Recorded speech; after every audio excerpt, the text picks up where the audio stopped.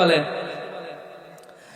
বন্ধুগণ আমার, যখন আপনার আমার হায়াত শেষ হয়ে যাবে, মালাকুল মাউত যখন আপনার আমার প্রাণ বায়ু বের করে নিয়ে যাবে, মসজিদে এলান হয়ে যাবে অমুক ইন্তেকাল করে ফেলেছেন, অমুক মারা গিয়েছে, তাকে গোসল দেওয়ানো হবে, তাকে কাফন পরানো হবে, তাকে জানাজার নামাজ পড়ানো হবে।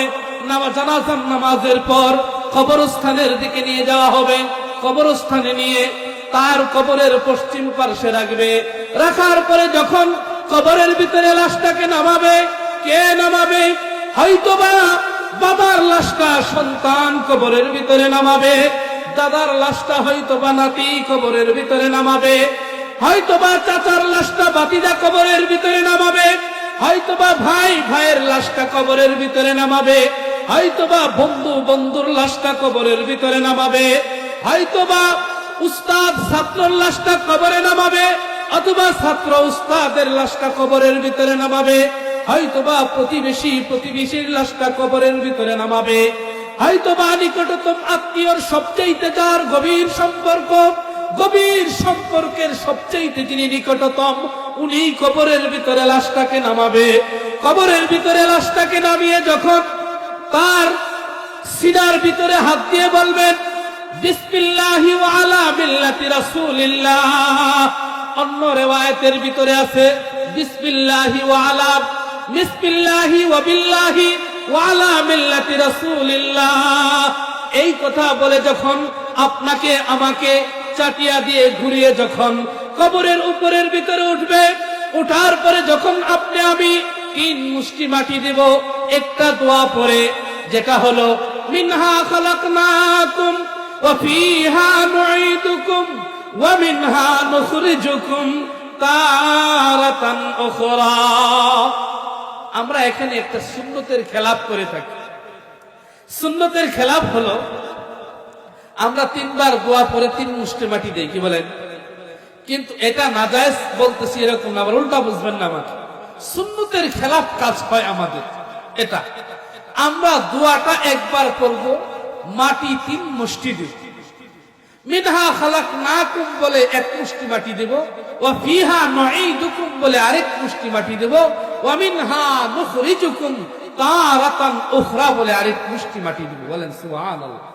এই যে একটা মাসআলা শুনলেন, শিখলেন, শুধু শিখছেন, মানুষ মরেও নাই, মাটিও দেন নাই, পরবর্তীতে দিবেন। এই শিখাতেই একটা মাসআলাতেই আল্লাহ তাআলা 70,000 নফল রাকাত নামাজ পড়লে যে সওয়াব হবে, এই পরিমাণ সওয়াব আপনার আমার আমল নামায় আল্লাহ দিয়েছেন। বলেন সুবহানাল্লাহ। সুতরাং আমরা মুরব্বী যারা, তারা দিন কোত্থেকে শিখবো? ওয়াজ ও নসিহতের মধ্য থেকে শিখবো, দাওয়াত ও তাবলীগের মেহনতের মাধ্যমে শিখবো। এজন্য আমরা আজ থেকে যারা জানলাম এই সুন্নতের উপর আমল করব, দোয়া একবার পড়ব, মাটি 3 মুষ্টি দেব। কি বলে?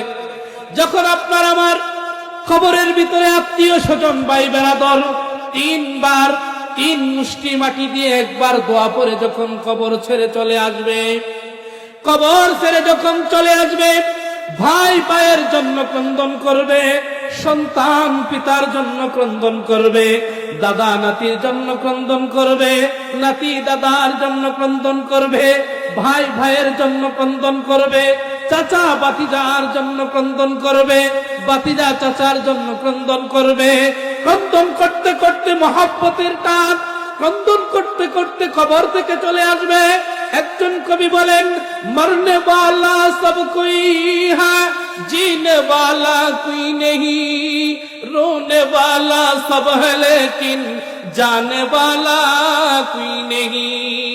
मरने वाला सब कोई है, প্রত্যেকটা প্রাণী মৃত্যুবরণ করবে, जीने वाला कोई नहीं, জীবিত কেউ থাকতে পারবে না, রোনে वाला सब है लेकिन जाने वाला कोई नहीं। প্রত্যেকেই নিকটতম আত্মীয় কবর থেকে ক্রন্দন করে করে চলে আসবে, কিন্তু আপনার সাথে একজনও কবরে যাবে না।